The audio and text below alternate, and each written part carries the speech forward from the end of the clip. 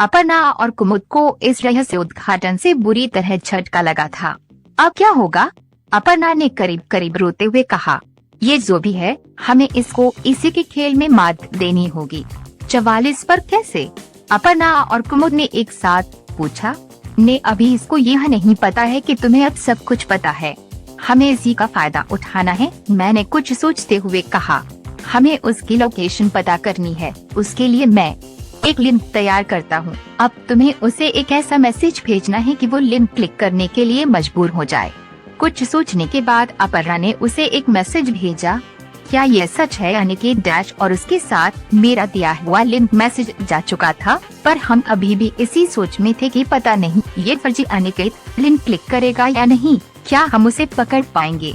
इस बीच कुमुद कॉफी बनाकर ले आई थी और हम कॉफी की चुस्कियों से स्ट्रेस कम करने की कोशिश करने लगे। पता नहीं कितनों को लूटा होगा इसने, ये जो कोई भी है। काश मैंने लालच न किया होता। अपर्णा अपने आप से बातें कर रही थी। उसकी उम्मीद टूट चुकी थी कि तभी मैंने अपने लैपटॉप पर एक अलर्ट देखा। उस फर्जी अनिकेत ने लिंक क्लिक किया था। ये रहा आईपी एड्रेस और लैपटॉप पर मेरी उंगलियां चलने लगी और यह रही उसकी लोकेशन। अरे ये तो दिल्ली में ही है, रोहिणी में। इसका मतलब ये कोई जानकार भी हो सकता है। सोचो, क्या तुम किसी को जानती हो जो रोहिणी में रहता हो? मैंने अपर्णा से पूछा। मुझे ऐसा कोई याद तो नहीं, अपर्णा ने कुछ सोचते हुए कहा। एक तरीका है, और मैंने तुरंत एक मेल ड्राफ्ट की, फेसबुक लीगल सपोर्ट को भेज दी। और अब हमें इंतजार करना था। जाओ, अब जाकर सो जाओ, सुबह तक ये धोखेबाज तुम्हारे सामने होगा। मैंने अपर्णा को विश्वास दिलाया। क्या पूछा था मैंने? फेसबुक से और कैसे पकड़ में आएगा ये धोखेबाज? अपर्णा के मन में ये सवाल कांद रहे थे, पर उसे शायद मेरी बात पर बस सुबह 10 बजे फेसबुक का जवाब आ गया था और जो जानकारी मिली थी उससे चौंकना स्वाभाविक था। मैंने अपर्णा को फोन लगाया और वह 15 मिनट में घर पहुंच गई। कौन है वो? उसने घर में घुसते ही मुझसे पूछा। इधर आओ। मैं उसे लेकर ड्राइंग रूम तक आया और अपने लैपटॉप की स्क्रीन उसके सामने घुमा दी। सौरभ। उसकी आंखें फैल गई। ये कैसे हो सकता है?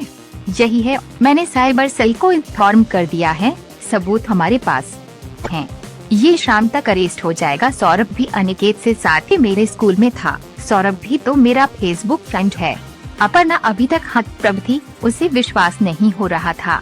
तुम दावे के साथ कैसे कह सकते हो कि इसके पीछे सौरभ ही है? उसने फिर एक बार पूछा। हाँ, दावे के साथ। कल जो आईपी एड्रेस हमें फर्जी अनिकेत के अकाउंट से मिला, मैंने वो फेसबुक को भेजा था और सिर्फ ये जानकारी मांगी कि क्या इसी आईपी से कोई दूसरा फेसबुक अकाउंट लॉगिन हुआ है। जब फर्जी अनिकेत की लोकेशन रोहिणी मिली, तभी मुझे शक हो गया था कि ये कोई तुम्हारा जानकार ही है। सुबह सुबह फेसबुक ने मुझे ये कंफर्म कर दिया है कि दिए गए आईपी से सौरभ श्रीवास्तव के अकाउंट कभी लॉगिन हुआ है।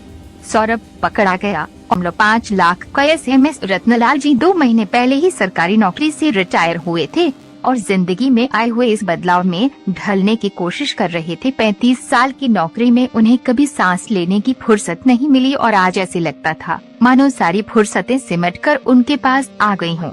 अब उनकी 2 ही ख्वाहिशें थीं, प्रोविडेंट फंड की रकम से बेटी की धूमधाम से शादी और कुछ जमीन लेकर बाकी की उम्र खेती बाड़ी करते हुए प्रकृति की गोद में बिताई जाए। आज रत्नलाल जी घर से निकले ही थे कि उनके मोबाइल पर एक फोन आया। हेलो मिस्टर रतनलाल, मैं उसी ICI बैंक से गौरव बोल रहा हूँ। आपके बैंक अकाउंट के संदर्भ में कुछ बात करनी थी। बताइए, रत्नलाल जी ने कहा। दरअसल आपका डेबिट कार्ड काफी पुराना हो गया है और बैंक ने सभी ग्राहकों को नए कार्ड इशू किए हैं, इसलिए आपका पुराना कार्ड अभी ब्लॉक कर दिया गया है। पर क्यों ब्लॉक क्यों कर दिया? ये आपके पैसे की सुरक्षा के लिए ही है सर। दरअसल आपका पुराना कार्ड मैग्नेटिक कार्ड था और अब सबको चिप बेस्ड कार्ड इशू हुए हैं। रत्नलाल जी को भी याद आया कि उन्होंने ऐसा कुछ पेपर में पढ़ा था कि मैग्नेटिक कार्ड लोन हो जाने के डर से अब बैंक सबको चिप बेस्ड कार्ड इशू कर रहे हैं। पर ये नया कार्ड मुझे कब मिलेगा? मुझे अभी पैसों की जरूरत है, घर में शादी है भाई। आसान है सर, आप बैंक जाइए, अपना पैन कार्ड और आधार कार्ड की कॉपी के साथ एक एप्लीकेशन डाल दीजिए। बस 4 दिन में आपको नया कार्ड इशू हो जाएगा। 4 दिन? अरे तो ये वाला कार्ड अभी क्यों ब्लॉक कर रहे हो? जब वो मिल जाए तभी ब्लॉक करना ना। नहीं सर, ये हमें बैंक से इंस्ट्रक्शन है कि सभी मैग्नेटिक कार्ड ब्लॉक कर दिए जाएं। अरे भाई समझिए, हमारे घर में शादी है, अभी मेरे पास फुर्सत नहीं है नया कार्ड लेने की, मेरी यही कार्ड चलने दीजिए, रत्नलाल जी ने थोड़ा गुस्सा होते हुए कहा। हम गुस्सा मत होइए सर, मुझे देखने दीजिए, यदि मैं आपकी मदद कर सकता हूँ, गौरव ने कुछ सोचते हुए कहा। कीजिए। कुछ पलों बाद फिर गौरव की आवाज आई, सर मैं कुछ दिनों के लिए आपका अभी वाला कार्ड कंटिन्यू कर सकता हूँ, पर उसके लिए आपकी परमिशन चाहिए होगी। हाँ, परमिशन दी।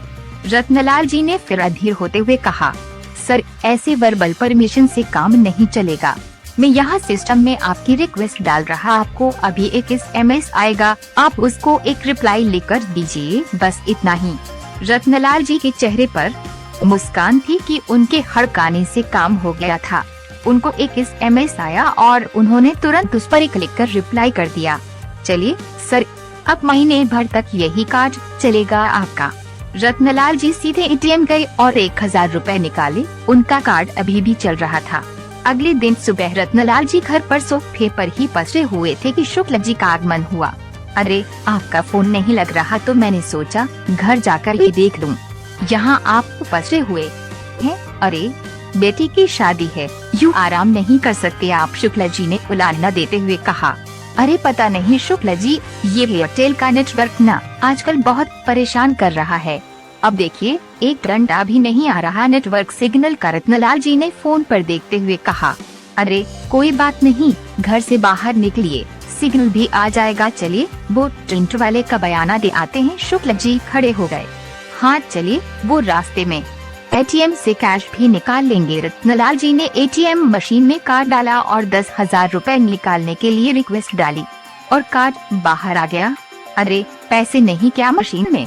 रत्नलाल जी ने हंसते हुए कहा, मुझे देखने दीजिए, आप पिन नंबर गलत डाल रहे होंगे, ये लो। अरे ये तो बता रहा है कि आपका बैलेंस कम है। शुक्ला जी ने परेशान होते हुए कहा। रत्नलाल जी, आपके अकाउंट में तो सिर्फ 700 रुपए हैं। पूरी कहानी सुनने के लिए आपका बहुत बहुत धन्यवाद। ऐसी और भी कहानियों को सुनने के लिए हमारे चैनल को सब्सक्राइब कर लें और नोटिफिकेशन चालू कर लें, इससे आने वाली वीडियो सबसे पहले आप तक पहुंचेगी।